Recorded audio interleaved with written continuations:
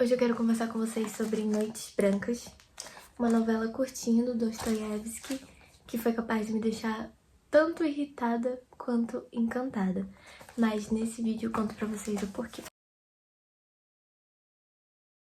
Mas antes de tudo, pra quem ainda não conhece, deve estar se perguntando: que diacho é Dostoiévski? É algum tipo de ração canina? E pra quem conhece, já conhece, claro que já sabe quem é. Ainda assim, eu posso explicar pra vocês um pouquinho de quem foi Dostoiévski. Dostoiévski foi um dos maiores nomes da literatura russa e mundial.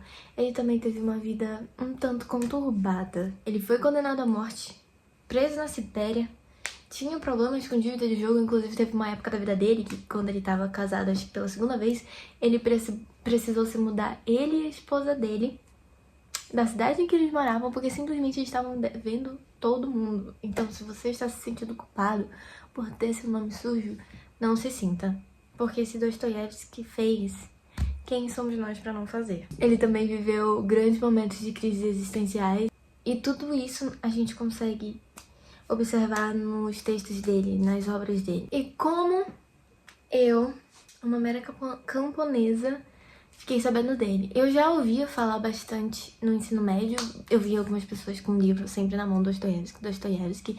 Eu vi em filmes também, mas eu nunca dei muita bola.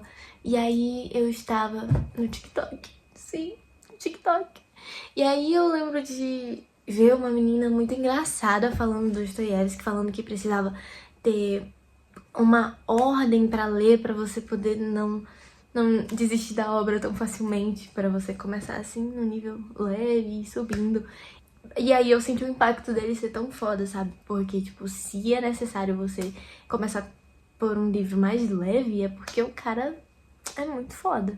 E ele também simplesmente inspirou o Kafka e outras pessoas. O Freud elogiou ele, então eu senti, né, que ele não é pouca coisa não. E aí eu decidi ler. E aí ela lista os livros em ordem que você precisa ler, e o primeiro é Noites Brancas. E é considerado o mais românticozinho, o mais leve. Ela até citou Noites Brancas. Eu vou tentar colocar o TikTok dela aqui no vídeo. Mas eu não senti nada disso, gente. Não senti nada disso. Mas eu vou falar no decorrer do vídeo. E o próximo livro que eu quero, que é a ordem pra ler e que eu quero muito ler, é Crime e Castigo. Então vai ter mais resenha dele aqui no canal, porque sim. Noites Brancas foi escrita em 1848, em uma fase que ele ainda tava, assim, no comecinho da carreira dele, ainda tava buscando um reconhecimento como autor. Acredito que ele não tinha publicado muitas coisas, posso estar enganada, mas esse é basicamente o contexto de Noites Brancas. Sabe, ainda não tinha acontecido as desgraças que iam acontecer no futuro, dele ser preso, dele ser quase morto. Gente, ele recebeu uma sentença de morte, vocês têm noção disso? Por um segundo, sei lá quantos minutos, ele achou que ele ia morrer, ele tava lá pra morrer. Ele achou que ia ser os últimos momentos da vida dele. E aí, não, simplesmente retiraram essa pena de morte dele, essa sentença, e deram uma outra sentença pra ele, ficar exilado, preso na Sibéria, algo do tipo. O cara tava ali, jurando que ia morrer e não morreu. Imagina como é se sentir desse jeito. Eu não me imagino. E se vocês observarem aqui, muitas pessoas podem confundir Noites Brancas achando que é de fato um romance. Tanto que aqui no começo o autor fala: Noites Brancas, romance sentimental, das recordações de um sonhador. Mas, gente, ele não é de todo um romance, não. Ele não pode ser considerado um romance. Não é um romance tradicional, sabe? É mais uma paródia de um romance, uma paródia suave. Acho que deve ser tão suave que as outras pessoas não perceberam. Mas eu senti um pouco de... como que eu posso dizer? Um pouco de... eu senti que o personagem principal, as emoções dele, por mais intensas que fossem, por mais doloridas, eu senti que eram um pouco caricatas, sabe? um pouco exacerbadas demais. Não sei se vocês conseguem entender, mas foi o que eu senti. Eu senti quase como se fosse realmente, de fato, acho que não tem outra coisa que explique melhor, uma paródia dos, sei lá, protagonistas românticos. Bom, mas agora que vocês já sabem um pouquinho sobre a vida do Dostoiévski, vamos falar sobre o livro. O livro se passa em São Petersburgo, na Rússia. É uma cidade da Rússia. E lá existe um fenômeno que se chama noites brancas, literalmente, onde o sol nunca se põe. Então, tipo, de noite vai estar de dia. E parece que a cidade fica meio que fantasmagórica. Fica uma vibe muito sinistra, assim. Eu vou tentar botar foto aqui no vídeo pra vocês. Mas basicamente é daí que vem o nome Noites Brancas, desse fenômeno que acontece lá na cidade. O narrador, como que eu posso dizer? É basicamente, não tem uma palavra melhor pra definir ele, senão sonhador. Ele devaneia muito, ele se ilude muito, ele dramatiza tudo, mas é tudo mesmo. Tem uma parte que ele fala que ele se sente tão sozinho que ele começa a ficar amigo das casas. Quando ele passa na frente das casas, ele fala, oi casa, e ela fala, ah, adivinha, acabaram de me pintar hoje. Ou então, não sei, ai, eu vou ser demolida. Tipo, eu ri dessa parte, eu ri. E tem uma parte que eu achei muito icônica, que eu acho que o Dostoiévski foi à frente do seu tempo, nessa eu vou mostrar. Voltei, caminhei em sua direção e sem dúvida eu teria dito, senhorita, se não soubesse que essa expressão já fora pronunciada 1000 vezes em todos os romances russos mundanos. Cara, muito foda, porque tipo assim, quantas vezes a gente não vê tipo, coisas tão clichês nos livros e a gente nem se importa, e o cara pegou um negócio mó clichê, tipo, ai, senhorita, e mó básico, mó que ninguém nem ia prestar atenção, e transformou em algo tipo... Eu não vou falar isso porque já foi dito milhares e milhares de vezes. Uma coisa, ele prestou atenção numa coisa que as pessoas geralmente não dão atenção, sabe? Eu achei isso bem legal. E aí, as primeiras páginas do livro, eu já me deparo com, tipo, crises e crises existenciais do cara. Tipo, primeiro que eu gostei bastante da frase que inicia a história. Fora ele criado para habitar um instante que fosse nas vizinhanças do teu coração, é do Turgenev. Não sei se estou pronunciando certo, espero que sim. E aí a gente já se depara com, tipo, um negócio assim, tipo, depressão. Além de ser sonhador, é depressivo. Duas palavras que definem ele muito bem. Desde bem cedo começou a me afligir uma tristeza singular. Pareceu-me de repente que eu, um solitário, estava sendo abandonado por todos e que todos se afastavam de mim. E falaram que isso aqui era um romance, que era um bagulho mais leve do Dostoiévski. Eu me deparo na primeira página com uma pessoa a ponto de, sei lá, se jogar da ponte, de tão sozinho que tá. E são páginas e páginas e páginas e páginas de ele tentando exemplificar pro leitor o quão ele se sente sozinho. Eu seguia e cantava, porque quando estou feliz, cantarolo algo para mim mesmo, como qualquer pessoa feliz que não tem amigos, nem bons conhecidos e que no momento alegre não tem com quem dividir sua alegria. Gente, eu não sei se as pessoas acham isso aqui fofo, leve, mas eu achei pesado pra caramba todas as falas desse cara, tipo, assim, fiquei com vontade de, meu Deus, ser amiga dele, não sei, salvar esse homem, porque o cara é sozinho e só pensa em tristeza. E é daí que vem a minha raiva, sabe? Tipo, por um lado é muito triste realmente, eu fiquei com dó dele, tipo, eu queria poder ajudar ele, eu fiquei pensando, meu Deus, não vai aparecer ninguém, alguma alma viva pra ajudar esse homem, pra ser amiga desse homem. Não é um romance, então, né, vamos pegar as mãozinhas. A união faz a força, porque até então eu achava que era um romance. Só que não aparecia ninguém, entrava à noite, saía à noite, nada. E chega um ponto que ele dramatiza tanto, que ele enfatiza tanto a solidão dele, que ele é tão, sabe, chato. Ele chega a ser chato. Ele não consegue parar de falar da solidão, da tristeza, do não sei o quê. Sério, é muito chato. Eu, sinceramente, achei chato. Eu fiquei tipo, meu Deus. Esse homem só consegue pensar em tristeza mesmo, não tem um raio de solzinho na vida desse homem. Eu acho que é proposital, sabe? Porque é pra irritar mesmo, é pra, tipo, o leitor entrar dentro da cabeça dele e entender como funciona a mente de uma pessoa que tá sozinha, que vive a solidão, que real não tem amigos, que não tem com quem contar, não tem com quem conversar e tá vivendo assim anos e anos. Imagina, do nada tu entrar na cabeça dessa pessoa, foi o que eu senti.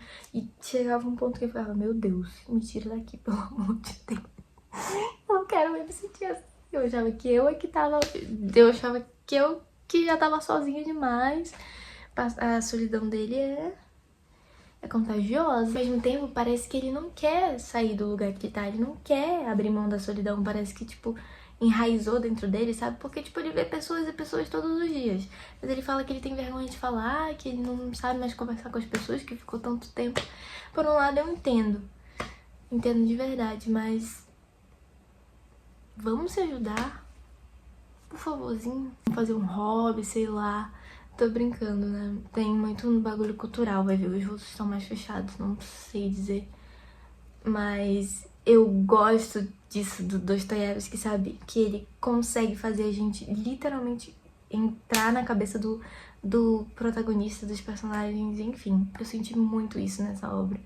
E palmas pro Dostoiévski, porque eu nunca me senti tão irritada vivendo dentro da cabeça de um personagem. Na verdade, é um mix de sensações. Eu nunca senti tanta dó, tanta tristeza, tão irritada, porque eu tava ali, parecia que real. Gente, ele consegue fazer real que a gente entre na vida do personagem, que a gente tenha a visão dele, sabe?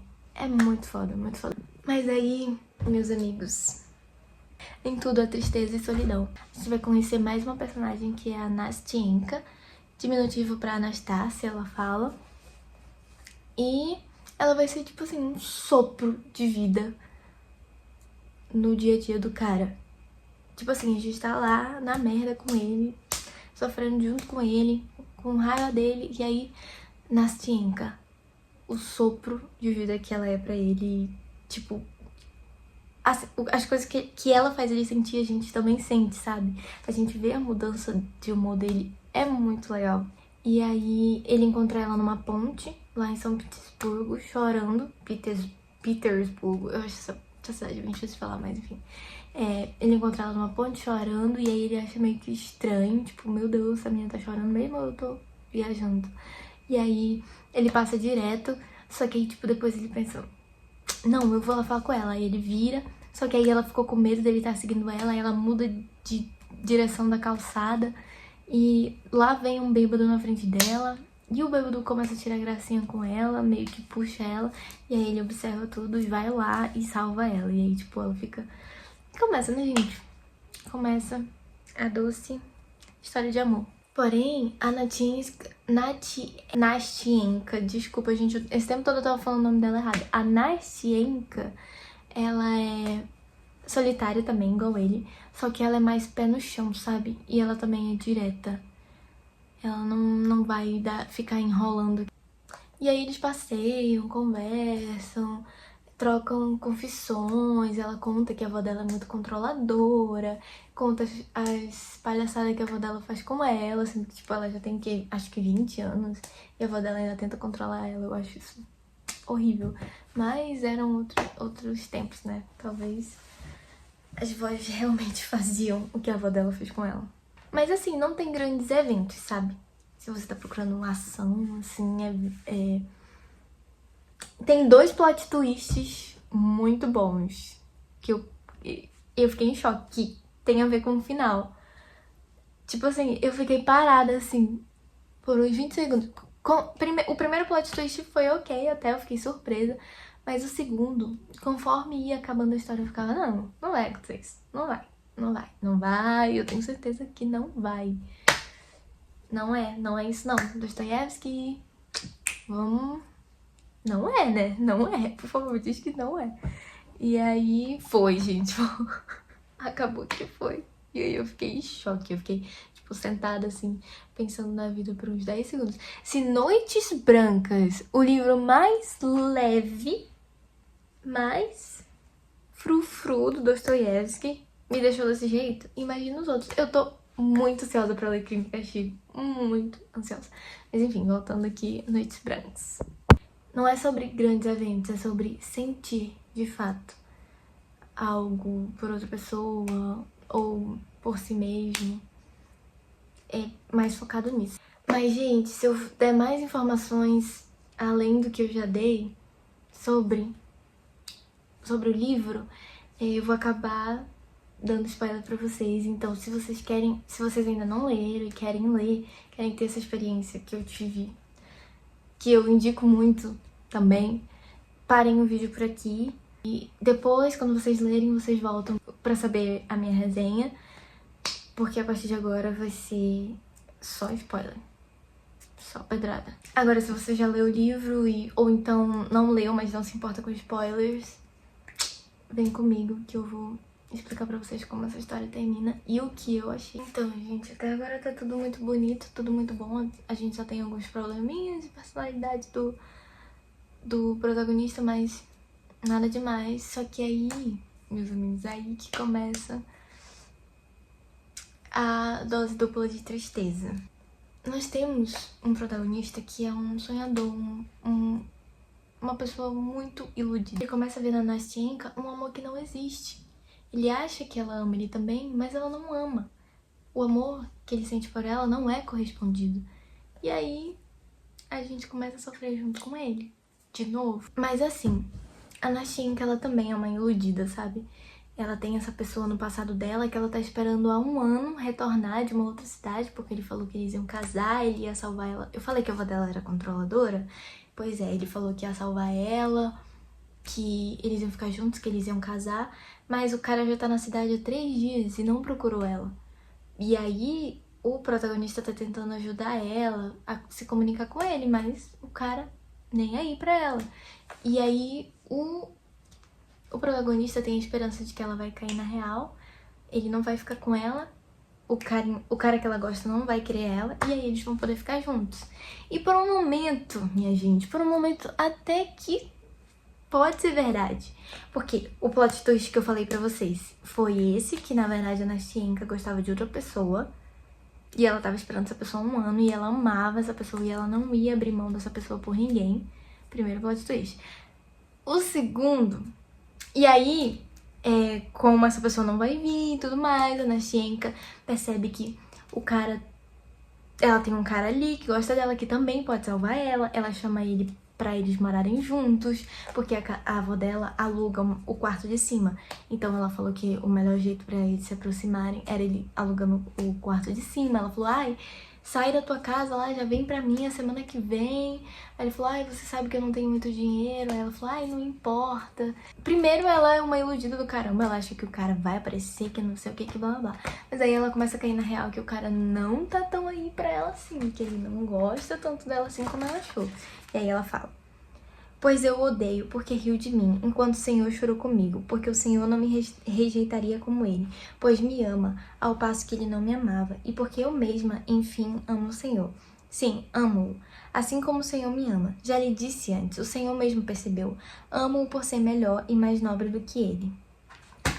Então, em muitos momentos ela fala, ai, por que ele não consegue ser que nem você? Ela também já tinha declarado o amor dela por ele, mas era um amor, sei lá, de amigo. Eu também não sei que doideira passou na cabeça dela, porque se ela já amava o outro, agora já tava amando ele, e aí ela tem um momento... Só que ela fala que não é o mesmo amor, óbvio, e tem um momento que ela também fala que queria que fosse possível amar os dois. Olha que safada, gente. No final eu já fiquei com raiva da Nastienka. Eu já não fui muito com a cara dela no começo, eu confesso. Tipo, ela não me conquistou, sabe? Não foi uma pessoa que me chamou atenção, que eu tive afinidade, não foi. E aí no final eu já fiquei com raiva dela, porque pra mim ela é uma indecisa do caramba e só fez atrapalhar a vida do cara. Só que tem uma parte que ele discorda de mim e eu vou falar pra vocês, mas no final, porque é uma das últimas falas dele, se eu não me engano. Mas pra mim ela só atrapalhou. E aí, gente, finalmente a história de amor acontece. Porque ela fala pra ele que, ai, não importa o outro, eu vou ficar com você, o outro não me quis mesmo. Ou seja, todo mundo já viu a red flag aí, né, gente? Ela só quis ficar com o protagonista porque ele era a segunda opção, porque o outro não quis ela. Mas aí, minha gente, aí que vem o segundo plot twist, que foi assim um caos. Simplesmente, quando eles já tinham decidido tudo, cara, eu tô até com vontade de chorar, sério. Tipo, eu fiquei com raiva desse doido, mas eu me compadeci dele. Eu fiquei com dozinha dele. O Dostoiévski conseguiu fazer eu gostar dele, mas enfim. Quando já tava tudo decidido, quando ele já tava, tipo, hiper, mega, ultra feliz, porque eles iam ter uma vida juntos e ela ia ficar com ele. Quando eles estão subindo a rua, quem eles encontram? Alguém chuta? Isso mesmo. O outro carinha que ela gostava. E vocês acham que ela fez... O que vocês acham que ela fez? Vocês acham que ela, tipo, ficou? Não, eu já tomei minha decisão, eu não vou correr atrás, eu vou mandar esse Zé Ruela. Eu vou fazer ele engolir tudo que ele me fez passar esse ano todo. Ou vocês acham que ela, tipo, quis ficar com o outro e falou: ai, me desculpa, mas o meu amor ainda é maior por ele. O que vocês acham que ela fez? Nenhum dos dois. Ela simplesmente largou... Eles estavam de mão dadas. Ela simplesmente largou a mão do cara. Saiu correndo pro outro lado da rua. Abraçou ele. Depois parece que ela soltou ele. Eu sou péssima pra lembrar, mas parece que depois ela soltou ele, voltou com o outro. Só deu um abraço, um beijo na bochecha e foi embora. Foi embora, não disse mais nada. Largou ele lá, sozinho, em uma noite branca. Gente... eu juro, eu fiquei em choque. E não acaba por aí. Vocês acham que a cara de pau da Ana Chinca já chegou ao fim? Não chegou. O livro todo se passa de noite. E aí no último capítulo, que é depois que a merda toda acontece, que o narrador vai contar sobre a manhã dele. A primeira manhã sem ela. Ele até fala: minhas noites terminaram pela manhã. E aí ela simplesmente, como perdeu a noção, enfiou a noção dela em algum lugar que a gente não sabe, ela mandou uma carta pra ele, falando: oh, perdoe-me, perdoe-me, escrevia na Nascienka. Suplico-lhe de joelhos, perdoe-me. Enganei o Senhor e a mim mesma. Foi um sonho, uma ilusão. Hoje sofri por sua causa. Perdoe-me, perdoe-me. Não me acuse, pois não mudei nada em relação ao Senhor. Eu disse que iria amá-lo e agora o que sinto é mais do que amor. Oh, Deus, se eu pudesse amar os dois ao mesmo tempo. Oh, se o Senhor fosse ele. Ah, vai cagar. Não, sério. Gente, eu fiquei com ódio dessa maluca. Essa menina é uma maluca. Deus sabe o que eu faria pelo Senhor agora. Sei que é triste e duro. Eu o ofendi, mas o Senhor sabe quando amamos, por quanto tempo nos lembramos de uma ofensa. E o Senhor me ama, ou seja, ela tá usando a desculpa de que ele ama ela, então ele tem que perdoar ela. Porque é fácil esquecer as ofensas de quem a gente ama. Que é verdade. Mas essa ofensa aí eu não esqueceria não, tá? Essa ofensa aí...